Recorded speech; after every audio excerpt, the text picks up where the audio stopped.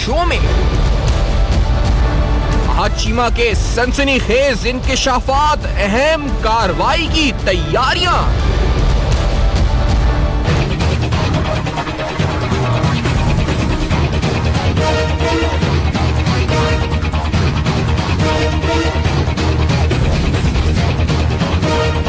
Paragon में कौन कौन हिस्सेदार, किस किस को रकूम पहुंची। लैपटॉप स्कीम में मुबैना किकबैक्स, मजीद फाइलें खुल गईं। अस्सलाम वालेकुम। पस पर्दा हकायक सनसनीखेज इंकिशाफात प्रोग्राम बेनकाब में हूं आपके साथ सैफान खान। आज चीमा के हवाले से आपके सामने दो अहम डेवलपमेंट्स रखते चले। पहले एक तो इन्वेस्टिगेशन किस तरफ बढ़ रही है, जिससे अंदाजा होगा सिमत का तयन हो सकेगा। नैब के एग्जीक्यूटिव बोर्ड के रीसेंट इजलास से स्टार्ट करते हुए प्रोग्राम, जहां पर हमने देखा कि LDA के हवाले से, आशियाना इकबाल के हवाले से और पैरागॉन सिटी के हवाले से दो अहम तरीन डेवलपमेंट्स हुई इस एग्जीक्यूटिव बोर्ड के इजलास में, जिसमें आप अगर प्रेस रिलीज और नैब की तरफ से आई है एग्जीक्यूटिव बोर्ड मीटिंग की, तो पॉइंट नंबर 13 और पॉइंट नंबर 14, 13 और 14 नैब एग्जीक्यूटिव बोर्ड इजलास ने आहत खान चीमा और दीगर के खिलाफ इंक्वायरी की मंजूरी दी। मुल्जिमान पर मुबैना तौर पर बदउनवानी और इख्तियारात का नाजायज इस्तेमाल करने का इल्जाम है। उसके बाद नैब के एग्जीक्यूटिव बोर्ड ने एक और अहम मंजूरी दी है, और वो मंजूरी पैरागॉन सिटी के हवाले से दी है। पैरागॉन सिटी प्राइवेट लिमिटेड, जिसके पिछले हफ्ते दो दफा रेड पड़ी थी इनके ऑफिस के ऊपर। कहा यह गया कि चीफ एग्जीक्यूटिव के लिए नैब कोशिश कर रही है कि गिरफ्तार किया जा सके, लेकिन वो रूपोश हैं या नैब उन तक पहुंच नहीं पाई। पैरागॉन सिटी प्राइवेट लिमिटेड की इंतजामिया और दीगर के खिलाफ इंक्वायरी की मंजूरी दी गई। मुल्जिमान पर मुबैना तौर पर बड़े पैमाने पर अवाम उन्नास को लूटने और धोखाधड़ी का इल्जाम है। ये दो अहम डेवलपमेंट्स नैब एग्जीक्यूटिव बोर्ड इजलास से। उसके बाद आते हैं जब रिमांड के लिए नैब ने एक रिपोर्ट पेश करी। आप इसको ये कह सकते हैं कि प्रिलिमिनरी इन्वेस्टिगेशन रिपोर्ट, या आप अभी कह जी पार्शियल इन्वेस्टिगेशन जो अब तक हुई है, उसमें नैब की तरफ से क्या चीजें नैब को सामने मिली। आहत चीमा और शाहिद शफीक से जब उन्होंने बिस्मिल्लाह इंजीनियरिंग के जो शाहिद शफीक है उनसे पूछगछ करी। इस अहम तरीन रिकॉर्ड को अगर मैं आपके सामने रखूं तो इसमें कहा गया कि perusal of record shows that during the period of last physical remand, IO यानी इन्वेस्टिगेशन ऑफिसर, तफ्तीशी officer has shown visible progress by unearthing hidden property measuring 19 canal 7 मरला of accused आहत खान चीमा। 19 कनाल 7 मरला की एक जमीन का जिक्र कर रही है नैब की रिपोर्ट, और उसमें कहा गया है कि and also unearth the money trail regarding payment of set property. Money trail तक ही पहुंच चुके हैं। और इसमें अहम तरीन बात आगे जाकर रिपोर्ट में नैब की तरफ से लिखी गई कि forensic report of 3 mobile phones and a laptop is still awaited from the forensic lab and result thereof is to be investigated. Shahid Shafiq remains the successful bidder of contract by exercising deceitful and fraudulent tactics, which required further probe to unearth the hands behind the curtain. Apparently ये line बड़ी अहम है, क्योंकि बार बात हो रही है Paragon और आशियाना इकबाल पीछे कौन है इसके। नैब यहां तक पहुंच रही है। आगे लिखा है जी, apparently it's a mega corruption scam which has nexus with some unconcerned entities who made major payments. Unconcerned entities, it's a mega corruption scam, नैब की इस रिपोर्ट में लिखा गया। इस रिपोर्ट में जो सिक्योरिटी बिड होती है 50 मिलियन की, वो किस अकाउंट से पे की गई, ये भी तस्करा मौजूद है। ये रिपोर्ट हम आपको दिखा रहे हैं अब तक पहली बार शायद, क्योंकि इसमें अकाउंट नंबर 00100369151650013 पैरागॉन सिटी का अकाउंट है ये, जिसके जरिए DHA ब्रांच एलाइड बैंक, जिसके जरिए कहा गया कि 50 मिलियन की सिक्योरिटी बिड दी गई। ये तमाम इन्वेस्टिगेशन रिपोर्ट सामने रखने के बाद पैरागॉन सिटी के कुछ अहम तरीन कागजात जो हमने हासिल किए वो आपके सामने रखते चलते हैं, जिन कागजात के मुताबिक एक तो वो एग्रीमेंट मौजूद है जिस एग्रीमेंट की बुनियाद पर यह तमाम इन्वेस्टिगेशन आगे बढ़ी। और ये जो स्पार्को कंस्ट्रक्शन जो कंसोर्शियम जो जॉइंट वेंचर है, जिसके अंदर शामिल है चाइना की कंपनी एनहुई कंपनी, उसके साथ बिस्मिल्लाह इंजीनियरिंग कंपनी और स्पार्को खुद शामिल है। ये कॉन्ट्रैक्ट जो हुआ, इस पर जो दस्तखत हैं जिस तरफ के सज्जाद साहब, अली सज्जाद जिनका नाम है, उनके शनाख्ती कार्ड की कॉपी भी हम आपको उस पर दिखा रहे हैं जो मौजूद है। और इस कॉन्ट्रैक्ट में हम देखते हैं जी कि ये कॉन्ट्रैक्ट PLDC और ये जो हुआ इस पूरे ग्रुप के दरमियान इसी कॉन्ट्रैक्ट की बुनियाद पर कहा गया कि एक C4 कंपनी को यह कॉन्ट्रैक्ट से नवाजा गया, जो बिस्मिल्लाह इंजीनियरिंग थी, जो कॉन्ट्रैक्ट 150 मिलियन से ज्यादा उसको नहीं मिल सकता था। ये वो एग्रीमेंट है, जो दस्तखत है, जो जुलाई 2015 में एग्जीक्यूट हुआ और आपके सामने हम स्क्रीन पर इस वक्त दिखा रहे हैं। नदीम जिया साहब का NIC भी हम दिखा देते हैं आपको। और नदीम जिया साहब, जिनका NIC नंबर 3520104628-0-3, जो CEO हैं पैरागॉन सिटी प्राइवेट लिमिटेड के। और इससे बढ़कर और इंपॉर्टेंट बात, क्योंकि हमने कंपनीज ऑर्डिनेंस और SECP के जरिए जो इस वक्त कंपनी का ऑर्गेनाइजेशन स्ट्रक्चर है पैरागॉन का, वो भी हासिल किया, लेकिन उसमें हमें किसी वजीर का नाम नहीं मिला, जो साफ साफ बात है, क्योंकि ये शायद लोग जिनके बारे में कहा जा रहा है कि ये सब फ्रंट मैन है। और वो कॉन्ट्रैक्ट, वो जो ऑर्गेनाइजेशन स्ट्रक्चर है इस कंपनी का, पैरागॉन सिटी का, वो भी आप इस वक्त साथ साथ चलता हुआ देख रहे हैं। मैं जिस तरह कह रहा हूँ, वजीर इसमें कोई नहीं है या कोई हुकूमती शख्सियत नहीं है, क्योंकि इनके बारे में कहा गया है कि सज्जाद, नदीम जिया, ये सब फ्रंट मैन थे। लेकिन नैब अब इंक्वायरी की अप्रूवल दे चुकी है। हम एक छोटी सी ब्रेक की तरफ बढ़ेंगे और इस ब्रेक के बाद कुछ ही आपको हमने मंजर कशी करी है लैपटॉप के हवाले से। क्या हुआ, Ahad Cheema secretary higher education थे, उन्होंने क्या किया, किस तरह लैपटॉप तकसीम में क्या मुबैना तौर पर घपले हुए, और नैब की इस इन्वेस्टिगेशन बढ़ किस तरफ रही है। हमने 13 शख्सियात का नाम सुना है, वो कौन सी शख्सियात हैं जो इस गिर्द में, जिनको हिसार में लिया जा सकता है नैब की तरफ से। After this very short break Benaqab में मेरे साथ।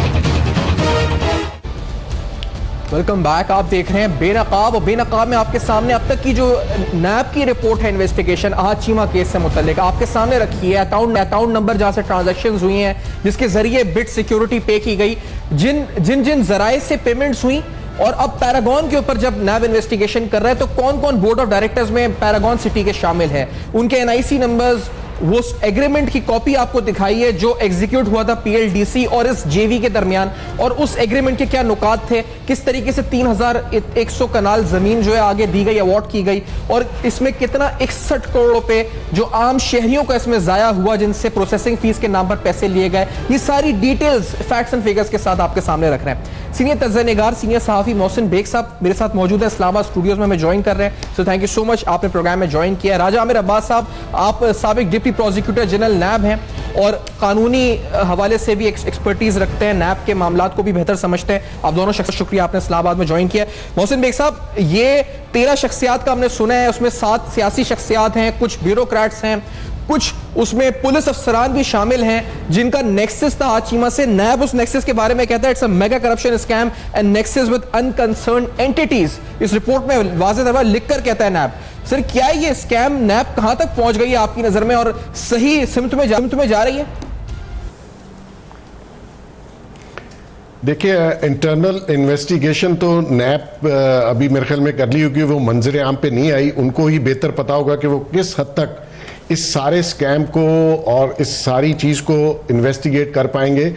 ये तो जब वो चालान सबमिट करेंगे या ये रेफरेंस सबमिट करेंगे कोर्ट में, तो पता चलेगा कि किस हद तक इन्होंने इन्वेस्टिगेशन किया है। लेकिन बज़ाहिर ये लगता है कि ये अगर नैब ने ये इन्वेस्टिगेशन शुरू की है तो कोई सॉलिड किस्म के एविडेंस होंगे, जिसमें आप कह सकते हैं कोई करप्शन हुई है, कोई मेलाफाइड इंटेंशंस मुलव्वस थी, किसी को फेवर दी गई, किस तरीके से ये कॉन्ट्रैक्ट, इतने बड़े बड़े कॉन्ट्रैक्ट दिए जाते हैं। नेचुरली इसके पीछे सियासी लोग भी हैं, उनका भी फायदा होता है, उनको भी अंडर द टेबल पैसे मिलते हैं, और इसी तरह जो ब्यूरोक्रेट करने वाले हैं, जो कॉन्ट्रैक्ट अवार्ड करते हैं, वो किसी की मोहब्बत में या वैसे ही नहीं कर देते, उनको भी उसी तरीके से किक बैक्स और कमीशंस उनके भी अकाउंट्स में जाते हैं। और ये जो प्रॉपर्टी आप देख रहे हैं और जो नैब की इनिशियल प्रेस रिलीज में बताया गया, तो उसमें तो बज़ाहिर लगता है कि अगर आज चीमा साहब ने कुछ नहीं किया तो ये सारी चीज़ें कहाँ से निकल रही हैं। एक सिंपल ब्यूरोक्रेट जो कि इतना जूनियर था, आपने उसको इतनी इम्पोर्टेंट, और उसकी पोस्ट वो बनती ही नहीं थी जिस पे आपने उसको बिठाया। तो नेचुरली जब आप किसी जूनियर आदमी को ऐसी पोस्टों पे बिठाते हैं तो फिर आपने वही काम उससे लेना है जिससे वो इनकार ना कर सके और उसको ये ना पता चल सके कि मैं कर क्या रहा हूँ। स्वयं आपने उसको पैसे या कमीशन का या जो भी बेनिफिट देना उसका लालच दिया जाए। तो आज चीमा के केस में तो बजाय लगता है कि ऐसी ऐसी पोस्टों पे उनको बिठाया गया जो कि आज कंट्रोवर्शियल हैं, आज उनके ऊपर बात हो रही है, इससे पहले भी बात होती रही कि इन सारी कंपनीज में कुछ ना कुछ हुआ है और जो मंजर आम पे और ज़द आम इसकी गुफ्तगू चलती रही। लैपटॉप स्कीम आप देखिए, लाहौर की जितनी आईटीज के प्लाजे हैं जहां पे सेल एंड परचेज कंप्यूटर्स की होती है, वहां ढेर लगे हुए हैं जो ये कंप्यूटर बेच रहे हैं, जो कि इनको जो बकौल इनके कि हम मुफ्त स्टूडेंट्स को देते रहे। तो इसी तरह आशियाना आप देख लीजिए कहां गया वो प्रोजेक्ट, बिलियंस और बिलियंस के कॉन्ट्रैक्ट्स जो आशियाना स्कीम में थे। इसी तरह एजुकेशन में ये रहे हैं आज चीमा साहब, ये एलडीए में रहे। ये इनकी पोस्टें सीनियरिटी नहीं बनती थी कि आप इनको उस सीटों पे बिठाएं जिस पे ये बैठ गए, और नेचुरली जब ये बैठे उन्होंने बिठाने वालों की फेवर में बहुत कुछ किया होगा। ये तो आने वाले दिनों में नैब किस हद तक इन्वेस्टिगेट कर पाएगी ये तो आने वाले दिनों में ही पता चलेगा। सही बात सही है, लेकिन राजा साहब मैं आपसे पूछना चाहूंगा नैब का तरीकाकार क्या होगा, क्योंकि जो ये पैरागॉन ग्रुप है इसके बारे में तो कल चेयरमैन नैब की जो एग्जीक्यूटिव बोर्ड मीटिंग थी वहां भी इंक्वायरी अप्रूव की गई है, और इसके बजाहिर अब आप board of structures, board of directors देखते हैं वहां किसी सियासतदान का नाम नहीं है, लेकिन हरफ आम है कि जिसमें एक वफाकी वजीर है इसमें, या फिर एक नेक्सस था जिसमें जो चीफ मिनिस्टर खादिम आला और वफाकी वजीर और सब मिलकर जमीनों पर ये सब काम करते थे, प्राइवेट एंटरप्रेन्योर्स बनकर, जिससे सरकारी सहूलियात का फायदा आज चीमा साहब जैसे लोग देते थे उनको। और ये तमाम तफसीलात इस एग्रीमेंट में मौजूद है कि किस तरह एग्रीमेंट हुआ, क्या हुआ, मुबैना तौर पर तमाम चीजें हुई। तो ये पहुंचेंगे किस तरह राजा साहब इस मामले तक आपके नजदीक, और क्योंकि साबित करना किस तरह मुमकिन होगा कि इसमें फला वजीर मुलव्विस है जब उसका नाम बोर्ड ऑफ डायरेक्टर्स में नहीं है, कैसे होगा आगे राजा साहब? सुफियान, इसमें अगर आपको याद हो कि नैब ने जिस दिन ये शुरू की थी इंक्वायरी, तो सबसे पहले जिसे कॉल किया था वो वहाँ के सिटिंग वजीर आला साहब थे। ठीक है जी, वजीर आला साहब को कॉल किया गया था। उन्हें पहले कोई 12 के 21 सवाल दिए गए जिनके उन्होंने जवाबात पूछे, और जिनके बाद वो जब बाहर आए तो उन्होंने एक बड़ी धुएंधार किस्म की तकरीर कर दी, और जिसमें चेयरमैन नैब के खिलाफ भी बातें वगैरह की, क्योंकि उनसे पूछा यह जा रहा था कि ये जो स्कीम थी ये एक उस थी कंपनी लिमिटेड फर्म थी, पंजाब लैंड डेवलपमेंट हाउसिंग सम कंपनी। तो ये जो कंपनी थी इसमें जो इसके डिसीजंस होते हैं वो इसके अपने डायरेक्टर्स होते हैं और बोर्ड ऑफ डायरेक्टर्स होते हैं और चीफ एग्जीक्यूटिव होता है वो करता है, और ये इंडिपेंडेंट होते हैं, और ये किसी भी जो एग्जीक्यूटिव अथॉरिटी है उससे डायरेक्शंस नहीं ले सकते, अपने फैसले खुद करते हैं। तो इसमें हुआ ऐसे कि ये जो कंपनी थी इसने जब पहला ठेका दे दिया था चौधरी लतीफ एंड सन्स को, तो चौधरी लतीफ एंड सन जो सबसे लोएस्ट बिडर थे उन्हें ये ठेका दिया गया। तो चौधरी लतीफ एंड सन्स का ठेका बाद में कैंसिल करना पड़ा, क्योंकि वहां से शायद चीफ मिनिस्टर की डायरेक्शंस थी, और उस वक्त चीफ मिनिस्टर्स के साथ लगे हुए थे फवाद हसन फवाद। तो आपके इल्म में होगा कि फवाद हसन फवाद को भी इस केस में बुलाया गया था नैब के पास, और उन्हें भी काफ़ी सारे पलंदा दे दिया गया है और एसेट्स का भी दे दिया गया है। उसके बाद होता यूं है कि ये तो एक कॉन्ट्रैक्ट जो लोएस्ट बिडर था उसका कैंसिलेशन की बात आ गई। उसको जैसे ही कैंसिल किया तो इन्होंने कहा कि जी ये अब हम काम जो उनसे है एलडीए से कराते हैं। एलडीए से कराने के लिए उस वक्त के डीजी थे एलडीए के आहत चीमा, तो आहत चीमा को ये प्रोजेक्ट दे दिया गया। आहत चीमा ने इसकी टेंडरिंग की, और जो टेंडरिंग की वो जो लोएस्ट बिड उन्होंने या जो भी इनकी बिड थी वो एक कंपनी थी कैसा समथिंग कैसा डेवलपर्स को दिया, जिसकी कैसा डेवलपर्स की जॉइंट वेंचर था इनके साथ एक और कंपनी है जिसमें ये पैरागॉन वगैरह शामिल थे। वो स्पार्को, बिस्मिल्लाह इंजीनियरिंग और चाइना का एक ग्रुप था, 3 कंपनी शामिल है। जी ये सारे थे। अब जब कैसर डेवलपर्स को देखा गया तो कैसर डेवलपर्स एक C4 कैटेगरी की कंपनी थी जिसको मैक्सिमम 15 करोड़ रुपए से ज्यादा का ठेका नहीं दिया जा सकता एज पर बुक्स, लेकिन उन्हें 14 अरब का ये ठेका दे दिया गया। खैर आपने ठेका दे दिया, उसके बाद क्या हुआ, ये जो 3000 कैनाल की आपने बात की, ये ऐसे हुआ कि जी इन्होंने कहा ये आप लैंड डेवलप कीजिए तो आपसे जो एक्सपेंडिचर की मद में 2000 कैनाल उठा के इन्हें दे दिया, उसी जमीन में से जो करोड़ों अरबों रुपए की जमीन थी, ये उठा के उनको दे दिया कि जी ये आप ले लें और 1000 कैनाल को डेवलप कर दें। चलिए जी आप 1000 कैनाल डेवलप करें। जब मौके पे जाके देखा गया तो वहां पे कोई डेवलपमेंट नहीं थी। जब डेवलपमेंट नहीं थी तो उन्होंने देखा जी क्या वजह है कि यहाँ पे डेवलपमेंट नहीं है, क्योंकि इसके साथ ही बिल्कुल टच है पैरागॉन हाउसिंग सोसाइटी। तो अगर यहाँ पे सफियान जो प्रोजेक्ट था वो ये था कि 4 मरले का एक घर तकरीबन 4 लाख से 5 लाख में दिया जाना था।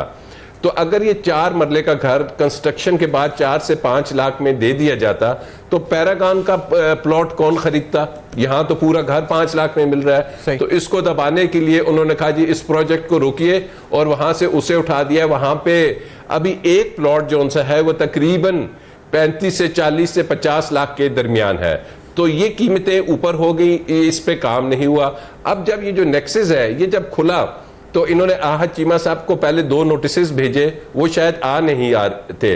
अब जो इतना शोर हुआ कि जी इसे क्यों अरेस्ट हुआ और गलत अरेस्ट हुआ, अरेस्ट इस वजह से करना पड़ा कि शायद नैब की एक अपनी इंटेलिजेंस है, उन्हें इंफॉर्मेशन आई कि इस शख्स ने 2 साल की छुट्टी अप्लाई कर दी है और ये बैरून मुल्क जाने के चक्कर में है। और उन्हें यह भी खतरा था क्योंकि ये तमाम डॉक्यूमेंट्री एविडेंस है वो इनकी कस्टडी में है, कहीं वो डिस्ट्रॉय ना हो जाए, उसको कहीं डिस्टॉर्शन ना हो जाए उसमें, या आग ना लगा दी जाए। तो ये वजूहात थी कि इन्होंने इन्हें अरेस्ट कर लिया। अब जब अरेस्ट कर लिया तो तब जाके इन्हें पता चला कि ये कोई एक प्रोजेक्ट नहीं था, ये बहुत से प्रोजेक्ट्स में ये आहद चीमा साहब इन्वॉल्व है। अब नैब ने इनके ऊपर 2 केस बनाएंगे। एक तो ये आशियाना वाला मिस यूज ऑफ अथॉरिटी का चलेगा कि आपने अथॉरिटी मिस यूज की और उसके नतीजे में इलीगल गेन और बेनिफिट किसी को दिया और खुद भी लिया।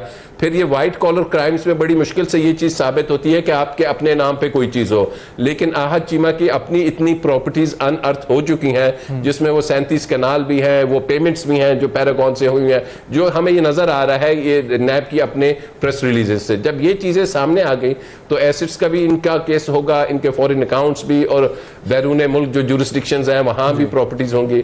तो अब ये देखिए कि ये अगर खुद बेनिफिशियरी थे तो ये अल्टीमेटली ऊपर कहां तक जाता है। क्या इसमें सीएम साहब इन्वॉल्व होते हैं, क्या इसमें फवाद हसन फवाद होता है? तो अनकरीब हमें पता चलेगा कि जब ये इंक्वायरी से इन्वेस्टिगेशन में कन्वर्ट हो जाएगा तो काफी सारी चीजें सामने आ जाएंगी। और ये जो जमीनों का जिक्र हुआ है तो इसमें नैब की तरफ से जो अभी रिपोर्ट सबमिट हुई थी जब रिमांड लिया गया था, तो उस ब्रेक के बाद दिखाएंगे कि जमीनें जो इन्होंने 32 कनाल थी तो वो किस किस के नाम पर उन्होंने जमीनें अपने नाम करवाई थी, कजन, भाई, बहन, और उनके नाम क्या थे और उन लोगों ने नैब से तफ्तीश में हिस्सा क्यों नहीं लिया। फिर उनके एक पीएसओ के बारे में नैब ने क्या लिखा है, आहद चीमा के अपने पीएसओ, उस पीएसओ ने क्या किया, नैब की तफ्तीश से किस तरह उसको हैम्पर किया, क्या ठेस पहुंचाने की कोशिश करी, क्या किया, ये भी आपको बताएंगे। और फिर लैपटॉप स्कीम में क्या हुआ, कितने का लैपटॉप कितने का बनाकर बेचा गया और कितने अरब रुपए से उससे नुकसान हुआ कौमी खजाने को। आफ्टर दिस ब्रेक मेरे साथ रहिएगा।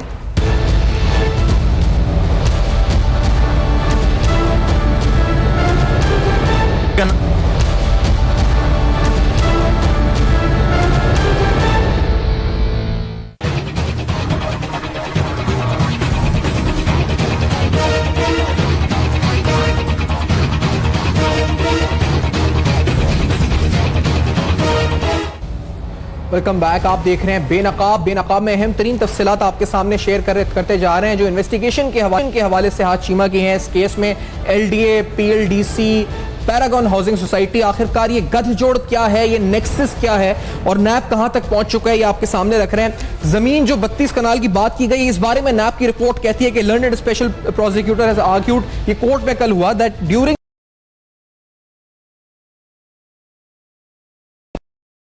that land measuring 19 canal 7 marla was unearthed which was purchased in the name of Sadia Mansoor, बहन आहद चीमा की, सादिया मंसूर के नाम पे जमीन थी, and Ahmad Hassan, sister and cousin of the accused Ahad Cheema. और फिर उसके बाद family members of accused Ahad Cheema were called upon but they did not join the inquiry proceedings। जमीनें आहद चीमा ने अपनी बहन और अपने कजन के नाम पर ली। इसके अलावा लैपटॉप स्कीम के हवाले से 38,000 रुपए की रसीदें बनाई गई, 20,000 या 20,000 रुपए का लैपटॉप खरीदा गया, रसीद 38,000 रुपए की बनाई गई।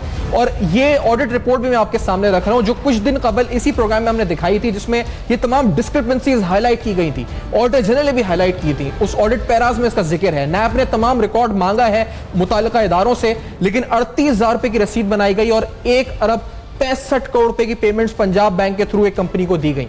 और इस वक्त secretary higher education Ahad Cheema साहब थे। अहाद चीमा साहब सेक्रेटरी हायर एजुकेशन थे। इस प्रोग्राम में कुछ ही देर बाद एक और ब्रेकिंग न्यूज भी आपको देंगे कि किस तरह एलडीए में अहाद चीमा के दौर में एक नहीं कई इलीगल अपॉइंटमेंट्स हुई और किन किन ओहदों पर हुई, किस तारीख पर हुई, किस किस नाम से हुई, ये सब भी आपके सामने रिकॉर्ड रखेंगे। मोहसिन बेग साहब, लैपटॉप के बारे में आप फरमा भी रहे थे, सर ये क्या हुआ है? लैपटॉप का तो सुनकर भी तालीम के साथ भी खिलवाड़ हुआ है, मुबैना तौर पर मैं कहूंगा कि अभी साबित होना है, लेकिन अहाद चीमा के दौर में हुआ 38,000 रुपए की रसीद, 20,000 रुपए का लैपटॉप, ये क्या फ्रॉड हो रहा था? ऑडिटर ने निशानदेही करी, जब कुछ नहीं हुआ, अब नैब जागा है तो कुछ होगा, आपको लगता है? बेसिकली आप देखिए कि हमारे ओवरऑल फेडरल बजट में और प्रोविंसेस के बजट में तालीम के लिए कितना बजट रखा जाता है। यही लैपटॉप के जो पैसे हैं अरबों और खरबों रुपए, ये अगर ओवरऑल आप तालीम के लिए रख देते और स्कूलों और कॉलेजेस की अपग्रेडेशन करते, टीचर्स को और जो स्टूडेंट्स हैं उनको उनकी फलाह के लिए कोई काम करते तो बेहतर होता। लेकिन मसला ये आ जाता है कि अगर आप वो काम करें तो आपको कमीशन कहाँ से मिलेगा? शहबाज शरीफ साहब ने जिस तरीके से लास्ट 9 ईयर्स से गवर्नमेंट की है, वो तो बादशाहत में भी ऐसा नहीं होता। ये तो जमहूरियत की बात करते हैं। आप देखिए, उन्होंने पूरी गवर्नमेंट इससे पहले और अभी भी ब्यूरोक्रेट्स के जरिए की, किसी मेंबर पार्लियामेंट को जो प्रोविंस के हैं उनको इन्वॉल्व नहीं करते, सिवाय राना सनाउल्लाह साहब के, तो उनको भी ऐसे मसलों में इन्वॉल्व नहीं करते।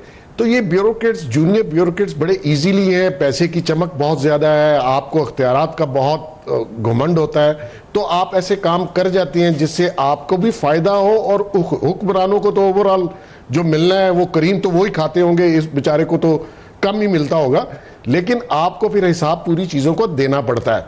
वो तो ऊपर वाला शायद बच जाए, कोई एनआरओ करके कोई आगे पीछे पॉलिटिक्स में, लेकिन इनकी बचत नहीं है। लेकिन इनको आप देखिए, पूरी की पूरी ब्यूरोक्रेसी ये समझते हैं कि जो शख्स हमारा लॉयल है वही लगेगा, चाहे वो किसी ओहदे पे हो, कितना जूनियर क्यों ना हो, और इन्होंने उसका पूरा हुलिया बिगाड़ दिया सिविल सर्वेंट्स का। और ये फवाद हसन फवाद साहब देखिए, वहां से जो करके आए हैं और इधर फेडरल गवर्नमेंट में वजीर आजम चेंज हो गया, वो उसी सीट पे बैठे हैं, वो सारी डायरेक्शन नवाज शरीफ से लेते हैं। और इनकी प्रॉपर्टीज देख लीजिए, इनके फॉरेन विजिट देख लीजिए, इनका रहना सहना, इनके बच्चों की एजुकेशन, उस सैलरी में तो आप यकीन कीजिए कि बंदा गुजारा नहीं कर पाता। लेकिन ये जिस ठाट बाट से रहते हैं और जो एक्स्ट्रा इनकम इनको है उसका कोई पूछने वाला नहीं है। और ये कॉन्ट्रैक्ट्स जो 56 कंपनीज का नैब जिक्र कर रही है, जी सर, मैं समझता हूं कि 56 में ही घपला होगा। कोई शायद एक भी कंपनी ऐसी ना हो जिसमें इन्होंने माल ना कमाया हो। और 9 साल से शहबाज शरीफ साहब ने पंजाब का ऑडिट नहीं होने दिया। गवर्नमेंट में यह नहीं होता कि आपको अगर पैसे कब खरीदने के लिए दिए गए तो आपने वो टेलीफोन नहीं खरीद सकते, आपने उस पैसे को उसी मद में खर्च करना है। लेकिन यहां पे आप देखिए, ऑरेंज ट्रेन बनाई, कहां से कहां फंड निकाल नुकूल के उन्होंने आगे ले गए, इसमें भी घपले हैं। मेट्रो बनाई, ये मेट्रो के भी हेड रहे हैं। तो किस चीज में, मतलब ये ही was a superman kind of a civil servant, जिसको हर उस कंपनी का हेड लगाया गया जहां से कुछ मिल सकता था। तो अब जवाब देने की बारी है। और दूसरी बात मैं आपको बताऊं कि जो सिविल सर्वेंट है, गवर्नमेंट स्टेट का मुलाजिम है, अगर उसको नैब बुला रही है, 2 नोटिस या 3 नोटिस भेजे, तो आप कैसे पेश नहीं हो रहे? आप तो स्टेट के मुलाजिम हैं। अगर मैं सिविलियन हूं तो और बात है, आप सिविलियन है तो और बात है। स्टेट के बंदे को नोटिस मिले, उसकी तो ड्यूटी है कि वो जाके अपनी एक्सप्लेनेशन दे, और आप जा नहीं रहे। किसके बलपोते पे नहीं जा रहे? आप अपने बॉस की शय पे नहीं जा रहे होंगे। तो बेसिकली इस सर आप जान ही रहे, ये तो जवाब दे रहे थे नैब को कि आपके पास ये इख्तियार ही नहीं है कि आप मुझसे पूछें कि आप ये तफसीलात मांगे कंपनी के बारे में। जब कायदे आजम थर्मल के सीईओ के तौर पर इनको नैब ने खत लिखा था तो इन्होंने बाकायदा खत का जवाब दिया कि आपके डोमेन में नहीं आता कि आप मुझसे पूछें, नैब से इन्होंने कहा। जी, ये वो खत है, हम दिखा भी रहे। ये तो बिल्कुल मसला ये आता है कि आप देखें कि आप कैसे, अगर एक इन्वेस्टिगेशन में आपका नाम आ गया है, आपका हक है कि आप जाके अपना एक्सप्लेन करें, राइट और रॉन्ग डजंट मैटर, वो तो इन्वेस्टिगेशन में पता चलेगा क्या हुआ।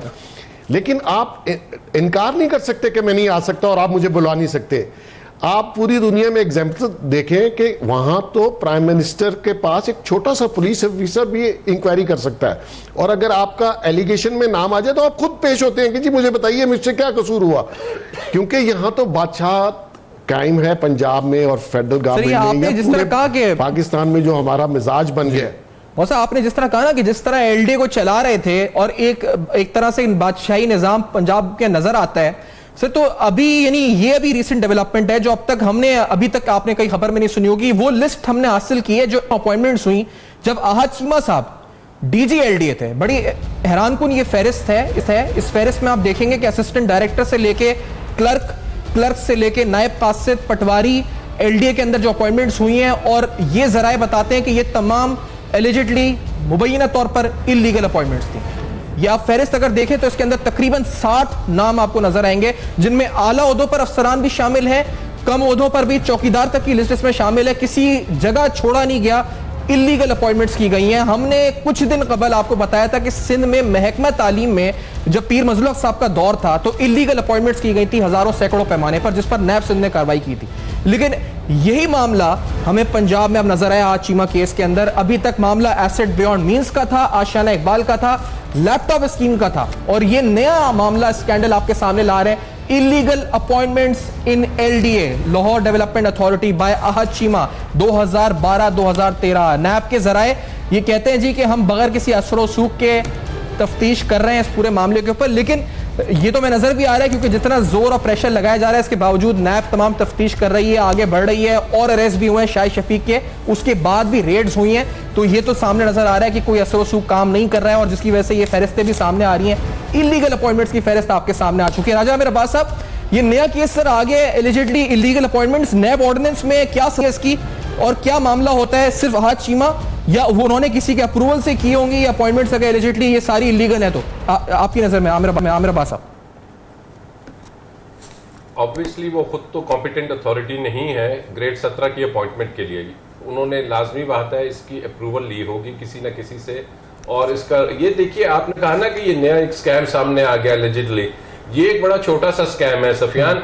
इसके बाद जो मुझे लग रहा है स्कैम्स आने हैं वो बहुत बड़े हैं, क्योंकि वो इस बात से जाहिर हो रहे हैं कि आप देखिए पंजाब असेंबली एक करारदाद पास कर देती है आहत चीमा के लिए, और उसके बाद वहाँ के वुज़रा, वहाँ के जितने भी अरकान हैं वो 24 घंटे इसको डिफेंड करने के लिए लग गए होते हैं। हत्ता कि कल मैं बड़ा हैरान हुआ कि टीवी में देख रहा था तो हमारे जो प्राइम मिनिस्टर साहब हैं वो भी इसकी प्रोटेक्शन में बोल रहे थे, और उन्होंने एक अजीब सी बात कह दी कि जी आहत चीमा बहुत दयानतदार ऑफिसर है, मैंने 4 साल तक उसके साथ काम किया है। अरे वो ग्रेड 19 का ऑफिसर है, आप कहें कि जी उसने मेरे साथ काम किया है। प्राइम मिनिस्टर साहब ने कल कहा कि जी मैंने भी 4 साल उसके साथ काम किया है और वो बड़ा अच्छा ईमानदार आदमी, उसके खिलाफ इतने केसेस आ रहे हैं और यहाँ उसको हमारी काबीना सादिक और अमीन ठहराने के चक्कर में पड़ी हुई है।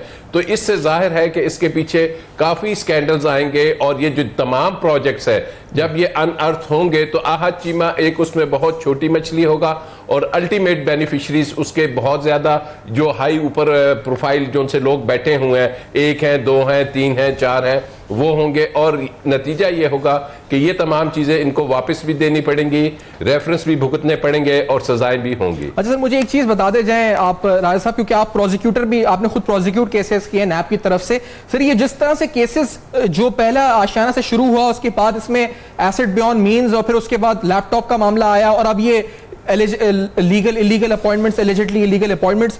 सर ये प्रोसिक्यूशन का एक तरीकाकार होता है ताकि केस मजबूत रहे, रिमांड मिलता रहे, या मतलब ये किस लिए होता है? लीगल स्ट्रैटेजी, लीगली स्पीकिंग मैं आपसे पूछना चाह रहा हूं कि कितना मजबूत आपको केस ये नजर आता है? नैब की लीगल स्ट्रैटेजी कितनी आपको मजबूत लगती है अब तक? देखिए, ये जो रिमांड होता है इसका पर्पज़ ही ये होता है कि इस बंदे से हमने तफ्तीश करनी है, क्योंकि ये जो केस है ये कोई खाली एसेट्स का केस नहीं है, इसमें किकबैक्स इन्वॉल्व हैं। इसमें ये पूछा जाता है इससे कि जनाब अगर ये किकबैक्स आती थी तो आप बताइए कि ये आप खुद लेते थे या आप एक फ्रंटमैन के तौर पे रहते थे और ये कहां जाती थी? और जैसे जैसे आप देखिए कोर्ट इसको जो ये रिमांड मिल रहा है, पहले 11 रोज का मिला, वो कोर्ट बगैर मटेरियल के नहीं देती, फिर अदालत ने इसको दोबारा से 14 रोज का रिमांड दे दिया। अब नैब के पास 90 डेज तक अपने पास रखने का इख्तियार है। तो अगर ऐसी चीजें आती रहीं तो ये एक नहीं कुछ 6, 7, 8 रेफरेंस बनते हुए नजर आएंगे। अच्छा। कि ये तमाम चीजें इन्वेस्टिगेशंस अलग-अलग से खुल जाएंगी। तो ऐसी सूरत हाल में यकीनन परेशानी है और यही वो वजूहात है कि जो अब हमारी नेशनल असेंबली और हमारी जो मुकन्नना है उसे मजबूर कर रही है कि नैब के आप कानून साजी कीजिए, पावर्स कम करिए। सर आपका शुक्रिया अदा बेग साहब का भी, राजा आमिर अब्बास साहब का भी, और अहम तरीन तज्ज़िया आप दोनों शख्सियात ने इस प्रोग्राम में शामिल किया और आपने दिया जो नाज़रीन तक पहुंचा। और आपके सामने जाते जाते क्योंकि फिर एक बार दिखाते चले जो अब तक शायद नहीं आई बात खबर सामने, जो एलिजिडली इलीगल अपॉइंटमेंट्स हुई, और ये जिस तरह राजा आमिर अब्बास साहब ने कहा कि एक बहुत छोटा मामला है, लेकिन एक और मामला, अहम तरीन मामला सामने आया जिसमें तकरीबन 60 से 70 ऐसे अफसरान जिनको लाहौर डेवलपमेंट अथॉरिटी में 2012-2013 के अरसे में अपॉइंट किया गया, अहाद चीमा, मुल्जिम अहाद चीमा की जानिब से इलीगल अपॉइंटमेंट्स हुई। कॉम्पिटेंट अथॉरिटी वो था नहीं, उसने अपॉइंटमेंट करी। इस फहरिस्त में असिस्टेंट डायरेक्टर्स शामिल हैं, नायब कासिद, पटवारी, चौकीदार, प्यून, यानी हर लेवल का बंदा इसमें शामिल है। और इस फहरिस्त के अंदर रेट ऑफ अपॉइंटमेंट, शनाख्ती कार्ड नंबर, तमाम डिटेल्स साथ मौजूद हैं नामों के साथ। एक और फहरिस्त सामने आ चुकी है। इसी नोट पर प्रोग्राम को वाइंड अप करते हैं। For feedback you can write us on our email address, Facebook page and Twitter. देखते रहिएगा अब तक।